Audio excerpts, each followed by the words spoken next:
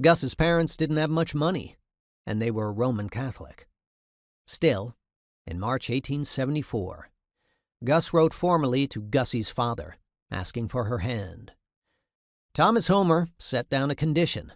Before a wedding could take place, Saint-Gaudens had to secure a substantial commission, not just a couple of statues. Saint-Gaudens searched for the big commission that could unite him with his beloved. Thanks to Gibbs' august group of connections, a promising patron arose. On a visit to Rome, Edwin Morgan, a distinguished and very wealthy former governor of New York, stopped by Gus's studio and realized the sculptor was the son of Bernard, his New York shoemaker. Impressed by Gus's model for the Hiawatha, Morgan asked how much it would cost finished in marble. Taking a chance, Gus set the price at $800, more than $18,000 today. Morgan accepted, and after the governor left, Gus danced around the studio in joy.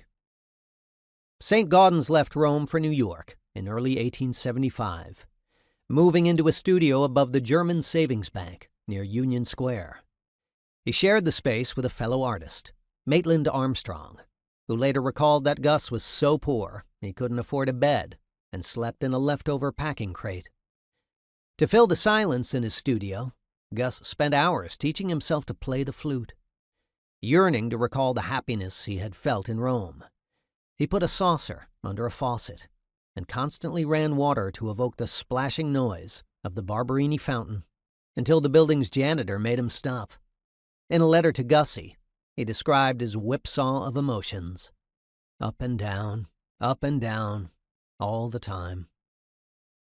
He had brought with him plaster copies of 15th century bas-reliefs by the renowned Pisanello.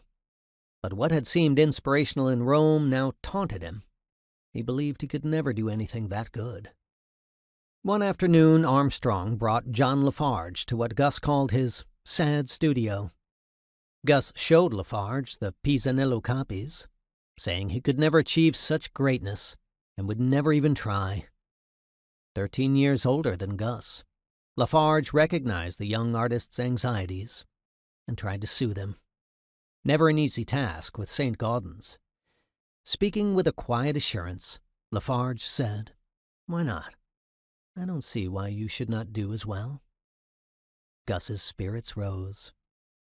Gus sang when he was happy, so he must have been in high spirits the day he was half-humming, half-howling Beethoven and Mozart so loudly that he was heard from the street by a stranger named Stanford White, who bounded up the stairs and into his life.